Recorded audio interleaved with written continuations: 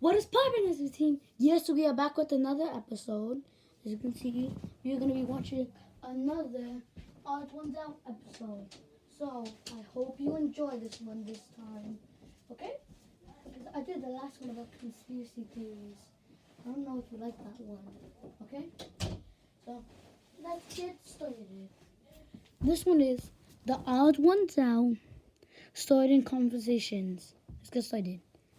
I'm going to go out on a limb here and say that you, yes, you're watching this right now, are an introvert. How do I know this? Because you're watching YouTube videos instead of being outside. What are you doing on computer? Go outside, so beautiful! Don't worry, I'm an introvert too.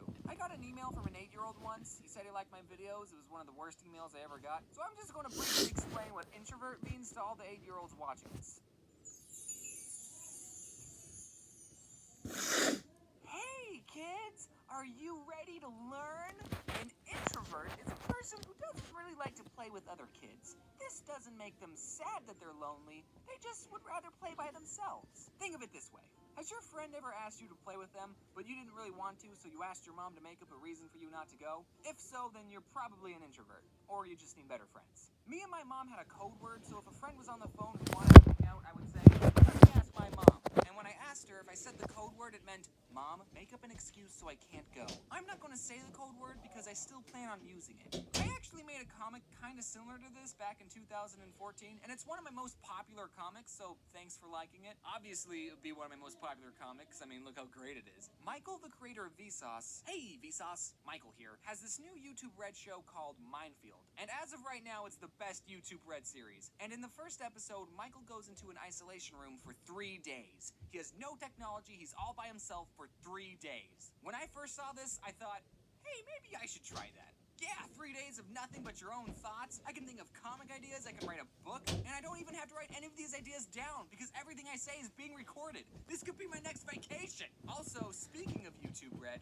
hey Susan, I heard you had a new spot open for a Red series. I have this great idea called the YouTuber Swap. It's like Wife Swap, but with YouTubers. Just hit me up if you're interested. Now, don't get the wrong idea that I'm someone who hates people. I don't. It's just if we're strangers, then I'd rather not talk to you. Unless you're a stranger who's a fan of my videos. Okay, we can talk about me all day. Bringing up a point from the last video, don't be afraid to talk to me. You know, every YouTuber is in a weird position with their fans because if you meet me, you already have a pretty good idea of who I am as a person. For instance, you know how long I wet the bed. But for me, I have no clue how long you wet the bed. So, what are we talking about? I'm okay with having a conversation with people, okay? It's just that I'm never the one who starts the conversation.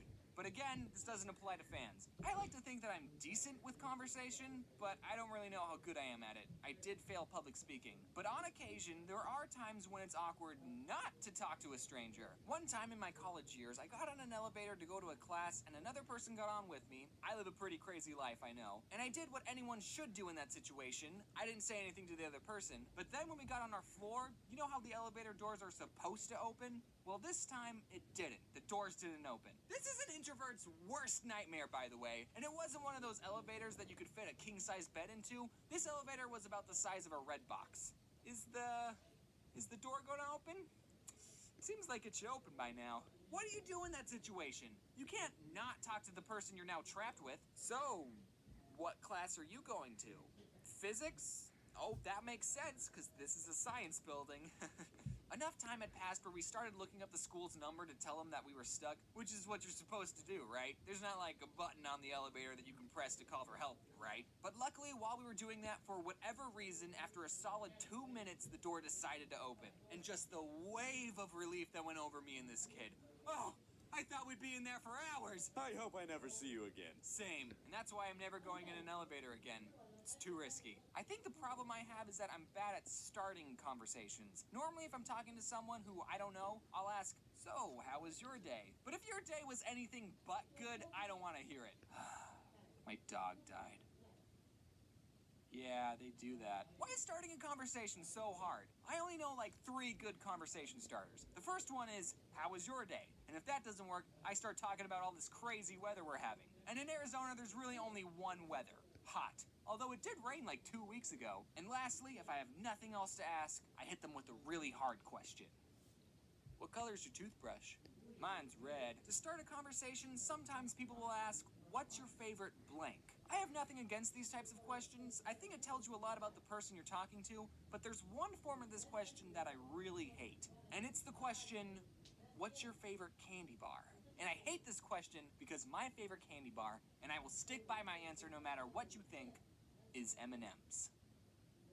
It's not a candy bar. Ow! What an astute observation! I'm a very simple man, all right? I like my chocolate pure. Sometimes when people ask this, I think, I should just say Twix. People won't get mad if I say Twix. But then I remember, screw Twix, I like M&M's. But James, why don't you just say Hershey's bar? Because Hershey's makes a mess on your hands, and they don't come in convenient bite-sized pieces, while M&M's hard outer shell improves their overall texture. Why am I even having this argument? I had a friend tell me, well, James, I really like Smarties, but I know they're not a bar, so I don't say they're my favorite candy bar. First of all, dude, Smarties? Really? That's your favorite candy? And second of all, the person asking the question honestly doesn't care what my answer is. Why are you asking such a specific question? You're excluding so much other candy. Candy bars are exclusively chocolate. What if my favorite candy isn't chocolate? What if it's Smarties? Whoa, did you guys see what I just did there?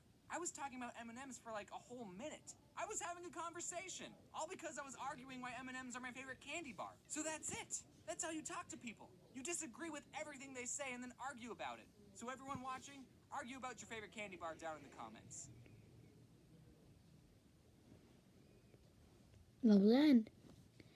Make sure to smash that like button and see you in another episode. Peace.